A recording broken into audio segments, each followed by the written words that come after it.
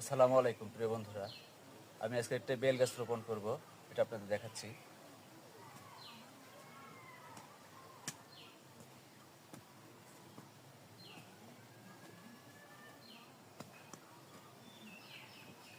Bell গাছটি খুব বেশি বড় না, ছোট, আর বেশি গর্ত করার দরকার নেই। যাই হোক, আমি গাছটা বসিয়ে দিচ্ছি।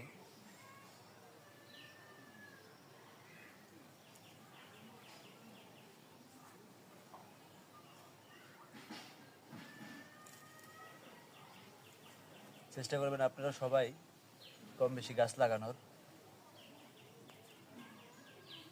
আমি একটু পানি দিয়ে দিচ্ছি, পানিটা উপর থেকে একবারে দিয়ে দিব। যদি এখন বর্ষা মৌসুম, ব্যাস হয়ে গেল আমার বেল গাছ লাগানো। আপনারাও সবাই পারলে একটা করে হলেও গাছ লাগাবেন।